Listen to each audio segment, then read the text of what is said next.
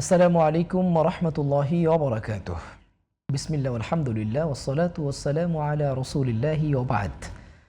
বাংলাদেশ সহ সারা পৃথিবীর বিভিন্ন প্রান্ত থেকে যারা এই মুহূর্তে আমাদের জিটিভির পর্দায় দেখছেন, আপনাদের প্রত্যেককে স্বাগত জানাচ্ছি সেরা ওয়াটার ট্যাঙ্ক নিবেদিত মাহে রমাদান অনুষ্ঠানে। সরাসরি প্রশ্নোত্তরমূলক এই অনুষ্ঠানে আমরা প্রতিদিন নির্দিষ্ট একটি বিষয়ে আলোচনা করে থাকি এবং একই সাথে আপনাদের জীবন ঘনিষ্ঠ প্রশ্নের উত্তর দিয়ে থাকি। আপনারাও প্রশ্ন করতে পারেন স্ক্রিনে প্রদর্শিত নম্বরে ফোন করে, কিংবা জিটিভির ফেসবুক পেজেও আপনারা আমাদের অনুষ্ঠানটি সরাসরি উপভোগ করতে পারেন। আল্লাহ রাব্বুল আলামিন পবিত্র মাহে রমাদান আমাদের জীবনের গুনাহ খাতা ক্ষমা করবার জন্য দিয়েছেন, আমাদের জীবনকে পরিশুদ্ধ করবার জন্য দিয়েছেন। এ কারণে রাসূল করিম সাল্লাল্লাহু আলাইহি ওয়াসাল্লাম বলেছেন, যারা রমাদান পেল কিন্তু তার গুনাহগুলো মাফ করিয়ে নিতে পারল না, তার জন্য দুর্ভোগ। সুতরাং কিভাবে আমরা আমাদের আগের জীবনের গুনাহ খাতাগুলো মাফ করিয়ে নিতে পারি, কিভাবে তওবা করে আমরা পরিশুদ্ধ হতে পারি, এ সম্পর্কে আজ কথা বলবো। এ বিষয়ে কথা বলবার জন্য আমাদের সাথে উপস্থিত আছেন জগন্নাথ বিশ্ববিদ্যালয়ের সহযোগী অধ্যাপক ডক্টর মোহাম্মদ রেজাউল হোসাইন। আসসালামু আলাইকুম ওয়া রাহমাতুল্লাহি ওয়া বারাকাতুহু। ওয়া আলাইকুম আসসালাম ওয়া রাহমাতুল্লাহ। শেখ কেমন আছেন? আলহামদুলিল্লাহ, শুকরান, জাযাকাল্লাহ খাইর। শেখ, আমরা সারা বছর ইনফ্যাক্ট পবিত্র মাহে রমাদানেও তো বিভিন্ন সময় দেখা যায় যে আমাদের মাধ্যমে গুনাহ হয়ে যায়, জি, ইচ্ছায় কিংবা অনিচ্ছায়। এই গুনাহ থেকে আমরা কিভাবে তওবা করতে পারি? শুকরান, আলহামদুলিল্লাহ, আসসালাতু ওয়াসসালামু আলা রাসূলিল্লাহ ওয়া বা'দ। মাহে রমাদান আজকের যে প্রতিপাদ্য বিষয়, এটা অ্যাপ্লিকেশনের একটা বিরাট সুযোগ। কারণ আল্লাহ রাব্বুল আলামিন এই মাসটিকে এমনভাবে রাহমা, বারাকা, মাগফিরা দিয়ে টইটুম্বুর করে রেখেছেন যে আমরা এই সুযোগটা যেন পেতে পারি। তো সেই জন্যই আপনি যে বিষয়টি অবতারণা করলেন তাওবা, এটা কিন্তু একজন মুমিনের জীবনে খুবই গুরুত্বপূর্ণ একটি বিষয়। আল্লাহ রাব্বুল আলামিন এই তাওবার একটি অপশন, সুযোগ রেখেছেন তার বান্দার জন্য। তো সেই জন্য এই তাওবাটা কিরকম, আল্লাহ রাব্বুল আলামিন কোরআনে তাওবার কথা অসংখ্য জায়গায় বলেছেন, কিন্তু এটা সূরা আত-তাওবা। জি জি। এবং কি বলেছেন যে তুবু ইলাল্লাহি জামিআ আইয়ুহাল মুমিনুন লাআল্লাকুম তুফলিহুন। তোমরা সকলে মিলে আল্লাহর কাছে তওবা করো, যদি করো হে মুমিনেরা তাহলে তোমার সফল কাম হবে। তুবু ইলাল্লাহি তাওবাতান নাসুহা, একদম নিষ্কলুষভাবে আল্লাহর কাছে তওবা করার কথা বলা হয়েছে। আল্লাহ রাসূল সাল্লাল্লাহু আলাইহি ওয়াসাল্লাম তওবার এই গুরুত্বের ব্যাপার কি বললেন, যে আত-তাইবু মিনাজ যাম কামান লা যামবা লাহ। একজন তওবাকারী গুনাহ থেকে এমনভাবে তওবা করলো যেমন তার গুনাহই নেই। সুবহানাল্লাহ। এবং আরেকটি হাদিসে আল্লাহ রাসূল সাল্লাল্লাহু আলাইহি ওয়াসাল্লাম বলেছেন, খুবই চমৎকার কথা, কুল্লু বনি আদম খাত্তা, যে তোমরা সবাই কিন্তু এই গুনাহের মধ্যে আছে, বনি আদম। এবং খায়রুল খাত্তাইন তাইবুন তাওয়াবুন, আল্লাহ রাসূল সাল্লাল্লাহু আলাইহি ওয়াসাল্লাম আত-তাওয়াবুন বলেছেন, যারা তওবাকারী অথচ গুনাহগার, আল্লাহ রাসূল বললেন তারাই কিন্তু আসলে সবচেয়ে কল্যাণকর ব্যক্তি এবং এটি কল্যাণকর বিষয়। অর্থাৎ গুনাহ হবে সেটার জন্য তওবা করার একটা অপশন আল্লাহ রাব্বুল আলামিন আমাদেরকে রেখে দিয়েছেন। চমৎকার বলেছেন। একজন দর্শক যুক্ত হয়েছেন, আমরা তাকে একটু ফোন কলটা নিয়ে নেই। আসসালামু আলাইকুম ওয়া রাহমাতুল্লাহ। ওয়া আলাইকুম আসসালাম। জি, প্রশ্ন করুন। আমার প্রশ্নটা হচ্ছে, প্রথম প্রশ্ন, রোজা থাকা অবস্থায় যদি কফ গিলে ফেলি তাহলে কি রোজা ভেঙে যাবে? আচ্ছা, কফ গিলে ফেললে রোজা ভাঙবে কিনা? জি, আশাক আমাদের ভাই যেমনটি প্রশ্ন করলেন যে কফ গিলে ফেললে রোজার কোনো ক্ষতি হবে কিনা? না, এটা গিলে ফেললে কোনো রোজা ক্ষতি হবে না। থুতু, কফ গিলে ফেললে রোজার কোনো ক্ষতি হয় না। তবে চেষ্টা করা উচিত যে এটা ফেলে দেওয়া। থুতু বা কফ এই জাতীয় যদি পদার্থ চলেই আসে, একান্তই ফেলে দেয়, এটাই হবে উত্তম। তবে এটার জন্য রোজা ভঙ্গের কোনো কারণের মধ্যে নেই, সুতরাং রোজা ভঙ্গ হবে না। জি, আপনি যেমনটি বলছিলেন যে তাওবার কথা। জি, এখন আসুন, এই তাওবা আল্লাহ রাব্বুল আলামিন আমাদের জন্য অপরচুনিটি রাখলেন কেন? কারণ হযরত আদম আলাইহিস সালামকে দিয়েই কিন্তু আমাদের মেসাল দিয়েছেন। হযরত আদম আলাইহিস সালাম যখন তিনি জান্নাতে ওয়ালা তাকরাবা হাযিহিশ শাজারা, যখন এই কাজটি হয়ে গেল, ওই গাছের নিকট যাওয়া হলো, তখন কি হলো, আল্লাহ রাব্বুল আলামিন পৃথিবীতে তাকে পাঠালেন মা আলাইহিস সালাম সহ। এরপর হযরত আদম আলাইহিস সালাম এবং মা আলাইহিস সালাম তারা কি হলেন, অনুতপ্ত হলেন এবং আল্লাহর কাছে দোয়া করলেন, রব্বানা যালামনা আনফুসানা ওয়া ইল্লাম তাগফির লানা ওয়া তারহামনা লানাকুনান্না মিনাল খাসিরিন। এবং এই কতগুলি শব্দ এবং বাক্য দিয়ে আল্লাহ তাআলা হযরত আদম আলাইহিস সালামকে শিক্ষা দিলেন কি করে তওবা করতে হয়, কি করে আল্লাহর কাছে ইস্তেগফার করতে হয় এবং আল্লাহর কাছে ক্ষমা চাইতে হয়। ফাতালাক্কা আদামু মির রাব্বিহি কালিমাতিন ফাতাবা আলাইহি ইন্নাহু আত-তাওয়াবুর রাহিম। সুবহানাল্লাহ। এখানে আল্লাহ তাআলা কি বললেন? এই শব্দগুলি দিয়ে, এই দোয়ার মধ্য দিয়ে হযরত আদমকে আল্লাহ তাআলা কি করলেন? তাকে কি করে তওবা করতে হয় এই শব্দগুলো শেখালেন এবং তওবা করলেন। আর আল্লাহ তাআলা বললেন নিশ্চয়ই আল্লাহ তাআলা তওবা কবুলকারী। তার মানে আমরাও কিন্তু এই দোয়াটা করে তওবা করতে পারি। এখন আসুন, এই তওবার অপশন রাখা হলে এই তওবার অর্থটা কি? এই অর্থটা যদি বুঝি আমরা, তাহলে তওবার যে মূল ফিলসফিটা আমাদের জীবনে বাস্তবায়ন হওয়া সম্ভব। আমরা তওবা বলতে বুঝি, তওবার অর্থটা জানবো তার আগে একটি ফোন কল নিয়ে নেই। জি ইনশাআল্লাহ। আসসালামু আলাইকুম ওয়া রাহমাতুল্লাহ। রোজার মাসে কি কোরআন শরীফ খতম দিতে হবে নাকি এমনি পড়লেও হবে? চমৎকার প্রশ্ন করেছেন। রোজা থাকা অবস্থায় কি চুল নখ কাটা যাবে? আচ্ছা, দুটি প্রশ্ন করেছেন, অনেক ধন্যবাদ। প্রথম প্রশ্নটি খুবই প্রাসঙ্গিক। অনেক মানুষ আছে যারা মনে করে যে খতম দিতে পারলে তখন তেলাওয়াত করে, আর যদি বোঝে যে আসলে আমার হাতে এতটুকু সময় নেই বা খতম আমাদের সম্ভব না, তখন তেলাওয়াতই করতে যায় না। আসলে কি খতমই করতে হবে নাকি তেলাওয়াত করলেই ফায়দা আছে? যেহেতু রমাদান কোরআনের মাস, আমরা এই পুরো রমাদানকে কোরআনময় করার সর্বাত্মক চেষ্টাটুকু করব। তার অংশ হিসেবে কোরআন তেলাওয়াত, তবে সেটা বিশুদ্ধভাবে, নোটেড, বিশুদ্ধভাবে। কারণ আমরা তেলাওয়াত করলাম, খতম কয়েকটা দিলাম, কিন্তু একটু বিশুদ্ধ হলো না, তারতিলের সাথে হলো না, সাহি হলো না, তাহলে এই তেলাওয়াত 3টা কেন 30টা করলেও, ডেলি 1টি করে করলেও আল্লাহর কাছে এটার কোনো মাহাত্ম্য নেই, কার্যকারিতা নেই। তাহলে এটা গেল একটা। তো বিশুদ্ধভাবে কোরআন আমরা যতদূর সম্ভব সর্বোচ্চ হাইস্ট অ্যাটেন্ট আমরা নিব, এটা গেল এক। এছাড়া তারাবির মধ্যে আমরা যারা আমরা পারি না, তারাবির মধ্যে দিতে খতম কোরআন আমরা শেষ করতে পারি, পুরো কোরআনটা আমরা শুনতে পারি, এটা আরেকটা। তবে ইম্পর্টেন্ট হলো যে কোরআনের অনুবাদটা বুঝে বুঝে শেখা এবং বোঝা এবং সেই অনুযায়ী এটাকে ইমপ্লিমেন্ট করা, এটাই সবচেয়ে ইম্পর্টেন্ট। সূরা আল বাকারার মধ্যে আল্লাহ তাআলা কোরআনের হকের কথা বলছেন। সময়ের কারণে আয়াতটি আমরা বলছি না, আমরা 4টি হক এই আয়াতের তাফসীর মোহসিন বলেছেন। এক হচ্ছে বিশুদ্ধভাবে কোরআন তেলাওয়াত করা, কোরআন বুঝে বুঝে পড়া। 3 হলো কোরআন অনুযায়ী সেটাকে অ্যাপ্লাই করা জীবনে, এবং যতটুকু অ্যাপ্লাই করলাম, আবার বলছি যতটুকু অ্যাপ্লাই করলাম ততটুকু আবার মানুষের কাছে তাবলীগ করা। অর্থাৎ এমন কোরআন আমরা জানলাম, বুঝলাম, অথচ নিজে অ্যাপ্লাই করলাম না, আবার সেটা তাবলীগ করা যাবে না। তাবলীগ তখনই করতে হবে যতটুকু আমি অ্যাপ্লাই করতে পারি, আমার করার সুযোগ আছে, সেইটুকুই আমি আবার তাবলীগ করব। এই হলো কোরআনের হক। তো কোরআন কেন্দ্রিক পুরো রমাদান কোরআনময় করার জন্য আমরা এই 4টা হককে মাথায় রেখে কোরআনের সাথে আমরা থাকবো, এটা গেল একটা। আরেকটা মনে হয় প্রশ্ন করেছে, একটা প্রশ্ন করেছিলেন যে রমাদানে চুল অথবা নখ কাটা যাবে কিনা। এটা কাটা যাবে, কোনো সমস্যা নেই। চুল, দাড়ি অথবা দাড়ি তো আর কাটা যায় না, দাড়ি যদি কেউ সেটিং করতে চায়, চুল কাটতে চায়, নখ কাটতে চায়, তাতে কোনো রোজার অসুবিধা হবে না। তবে হ্যাঁ, নখ কাটতে কিংবা এই জাতীয় কাজ করতে যে যদি রক্ত প্রবাহিত হওয়ার যদি অপশন থাকে, গড়িয়ে যায়, তাহলে কিন্তু তখন সাবধান থাকতে হবে। বেটার ইফতারের পর আমরা সেই কাজটা করতে পারি, তাই না? আমাদের ইফতারের পরে সেই সুযোগটা আছে, সেটা আমরা করতে পারি। তবে আজমতটা হলো ইফতারের পরেই করা। রুখসত আছে ইসলামের যে শরিয়ার যে উসুল, আজমত এবং রুখসত আছে, অসুবিধা নেই, কিন্তু আজমতটা হলো আমরা ইফতারের পরে যেন করি, এটা আমাদের জন্য ভালো হবে ইনশাআল্লাহ। চমৎকার বলছেন শেখ। তওবা করার ক্ষেত্রে একটা দোয়া তো আপনি বললেন, হযরত আদম আলাইহিস সালামের হিস্ট্রি থেকে কোট করেছেন যে রব্বানা যালামনা আনফুসানা। এছাড়া ইস্তেগফার কি তওবার অংশ হতে পারে? হ্যাঁ, অবশ্যই। অর্থাৎ আল্লাহর কাছে যে ক্ষমা চাই, ইস্তেগফার হলো ক্ষমা প্রার্থনা করা। এই ক্ষমা প্রার্থনাটা তখনই কবুলযোগ্য হয় যখন আমি আমার সকল গুনাহ থেকে তওবা করলাম।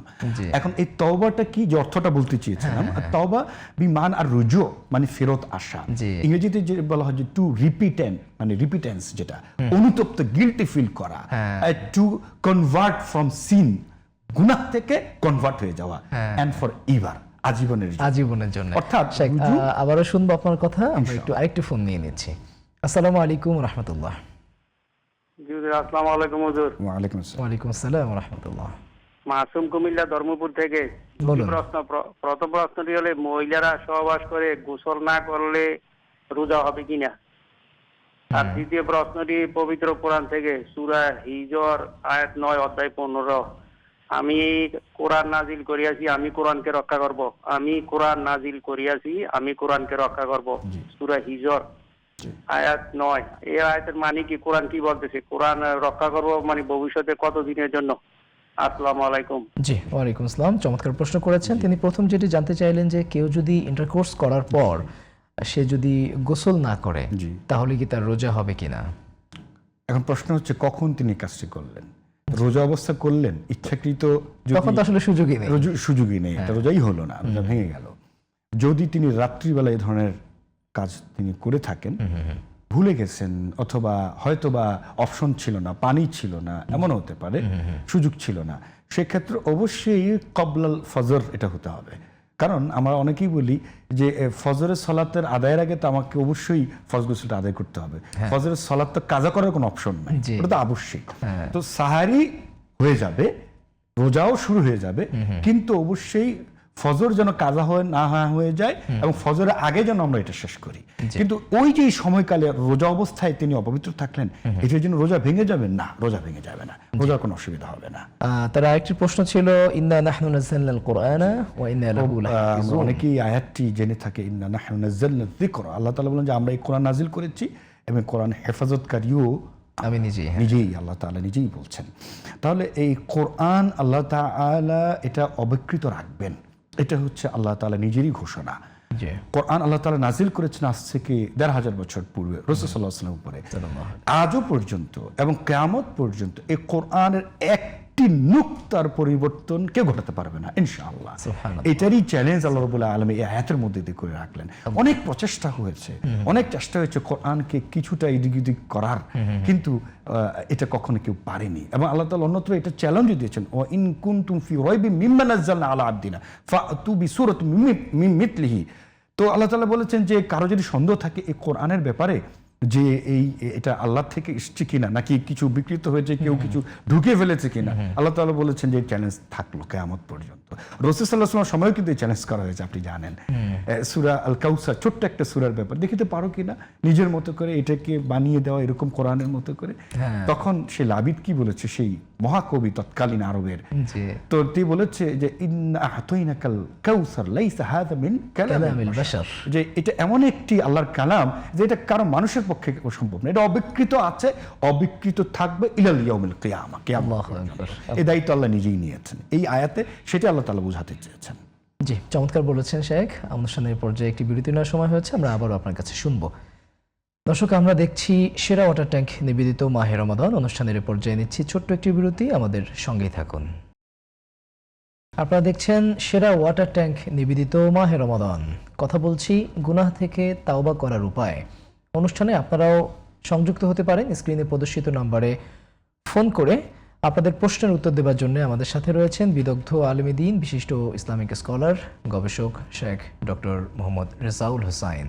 আবারও স্বাগত জানাচ্ছি আপনাকে। কথা বলছিলাম গুনাহ থেকে তাওবা করার পদ্ধতি নিয়ে। যে দোয়াগুলোর কথা বললেন, এটা তো নিঃসন্দেহে আমাদের করতেই হবে আল্লাহ রাব্বুল আলামিনের কাছে। পাশাপাশি আপনি ফিরে আসার কথা বলেছেন, যে আমরা যে গুনাহতে লিপ্ত ছিলাম সেখান থেকে ফিরে আসবো। আর কি কি কাজ রয়েছে?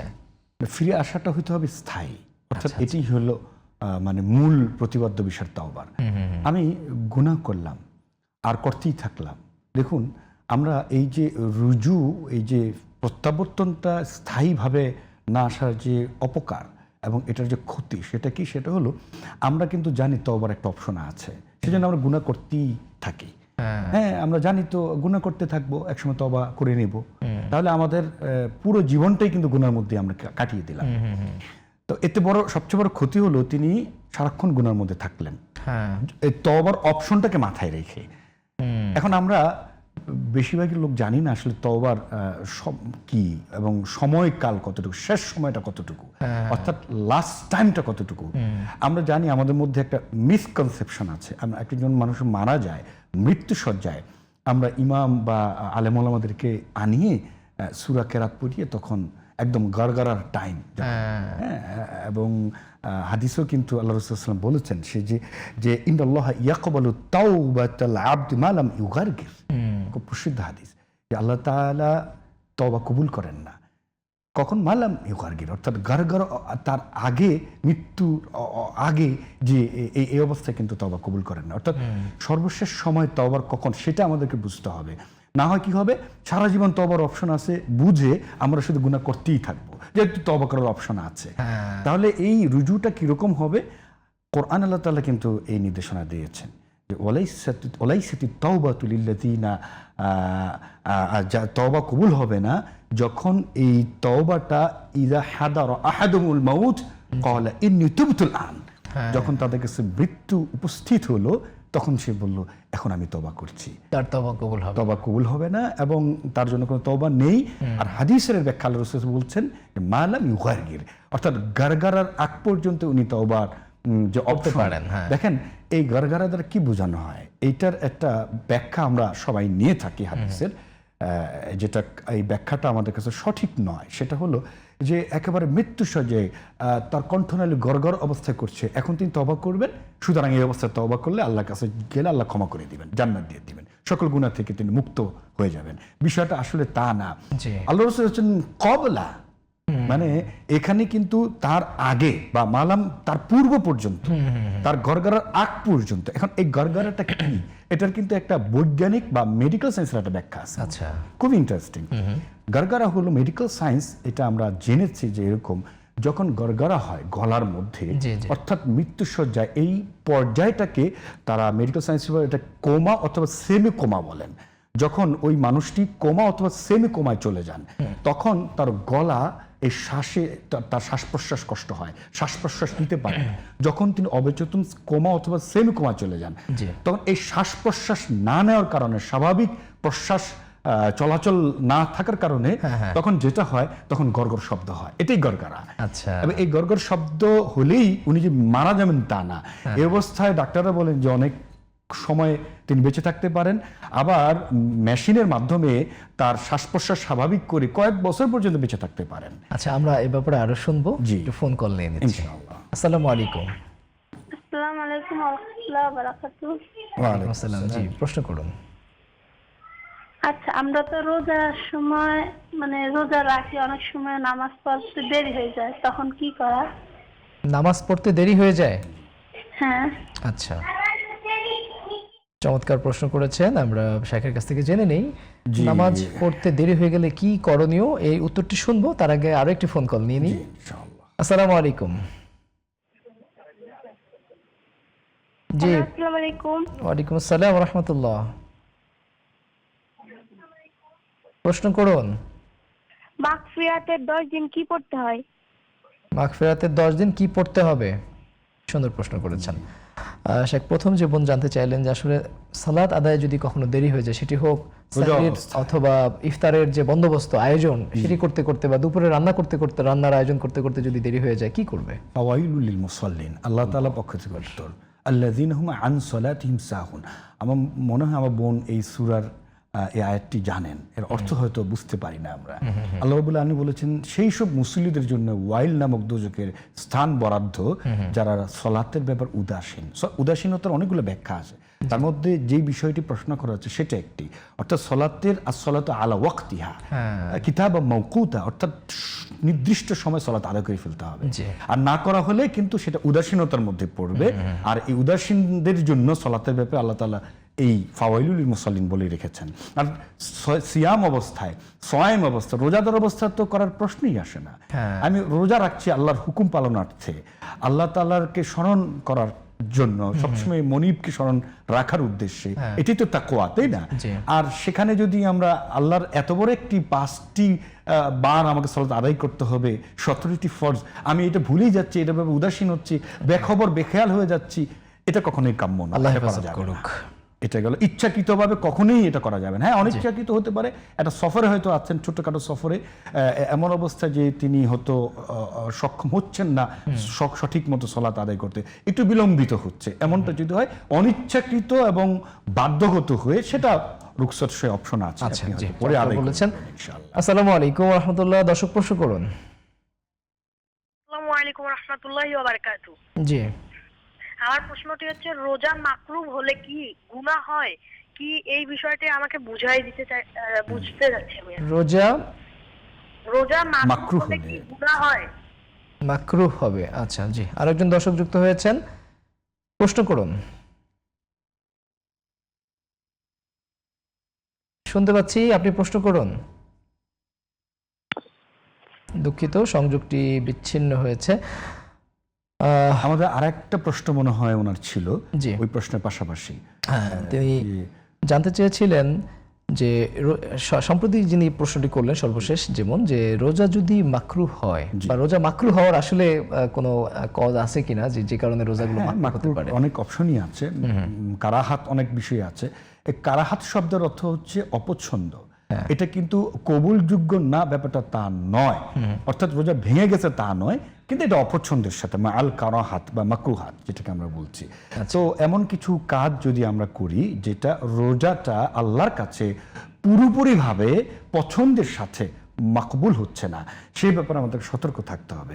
অর্থাৎ কারাহাত হলে যে মানে রোজা ভঙ্গ হয়ে যাচ্ছে, কবুল হচ্ছে না তা না, হচ্ছে ব্যাপারটা এমন উদাহরণ দিয়ে বুঝাচ্ছি, হ্যাঁ আমি গ্রহণ করলাম কিন্তু খুব খুশি মনে করতে পারছি না, গ্রহণ করেছি কিন্তু খুব স্যাটিসফ্যাক্টরি ওয়েতে না, কনভিনসিং ওয়েতে না, এটাই হচ্ছে কারাহাত। আমরা যদি সহজ করে জিনিসটা বুঝাই বলি, তো সুতরাং আমাদের চেষ্টা করতে হবে যে রোজা কেন সকল ইবাদতের ক্ষেত্রে মাকরুহাতগুলোকে পরিত্যাগ করেই আজমতের স্টাইলে, অর্থাৎ আল্লাহ যেতে খুশি হন সেভাবে করে আমরা যেন সালাত এবং রোজাটা বিশেষ করে যে প্রশ্নটা করেছি আমরা আদায় করি। আরেকটি প্রশ্ন ছিল, খুবই সংক্ষেপে উত্তর জানতে চাইবো, মাগফিরাতের সময়গুলোতে বিশেষ কি আমল বা কি করতে হবে? বেশি বেশি করে যেটি আমরা এতক্ষণ আলোচনা করছিলাম যে ইস্তেগফার করা, এই যে দশক আমরা কিছু দিন পরে পেয়ে যাব, যে এই দশক মাগফিরাত, অর্থাৎ এই সময় আমরা বেশি বেশি করে আল্লাহর কাছে ইস্তেগফার করব, আমাদের সকল কৃত পাপ কর্মের বেশি এই দোয়াটা যেন বারবার করে আর রাসূল সাল্লাল্লাহু আলাইহি ওয়াসাল্লাম যেটা শিখিয়ে দিয়েছেন, ইন্নাকা আফুউন কারীম তুহিব্বুল আফওয়া ফাআফু আন্নি, এই যে বারবার আল্লাহ কাছে ধর্ণা দেওয়া, যে সেটা কি, যে হে আল্লাহ তুমি তো ক্ষমা পছন্দ করো, ইন্নাকা আফুউন কারীম তুমি তো এই ক্ষমাশীল, তুহিব্বুল আফওয়া ক্ষমা পছন্দ করো, সুতরাং আমাকে এই যে এটা একটা। আর কোরআনিক যেটা শুরুতে আমরা বলেছেন, রব্বানা যালামনা আনফুসানা ইল্লাম তাগফির লানা ওয়া তারহামনা লানাকুনান্না মিনাল খাসিরিন, এটা যেন বারবার আল্লাহর কাছে তওবা করে, বারবার তওবা করে। এবং এই তওবা করার যে কথাটা লাস্টে আমরা বলবো সেটা হচ্ছে গারগারা অর্থ এই যে যখন আমি সমর্থ থাকবো, অর্থাৎ সামর্থ্যবান থাকাকালীন সময়ে আমাদেরকে তওবা করে আল্লাহর কাছে তওবা করতে হবে, সুযোগ থাকবে অন্যায় করার আমি করব না। এটাই হলো শেষ। অনেক মোবারকবাদ জানাচ্ছি, আপনি সময় দিয়েছেন। শুকরান, জাযাকাল্লাহ খাইর। সুপ্রিয় দর্শক, আপনারা দেখছেন সেরা ওয়াটার ট্যাঙ্ক নিবেদিত মাহে রমাদান। প্রতিদিন বিকেল 4টায় জিটিভির পর্দায় সরাসরি প্রশ্নোত্তরমূলক অনুষ্ঠানটি দেখবার আমন্ত্রণ জানিয়ে আজকের মতো বিদায় নিচ্ছি। আল্লাহ হাফেজ।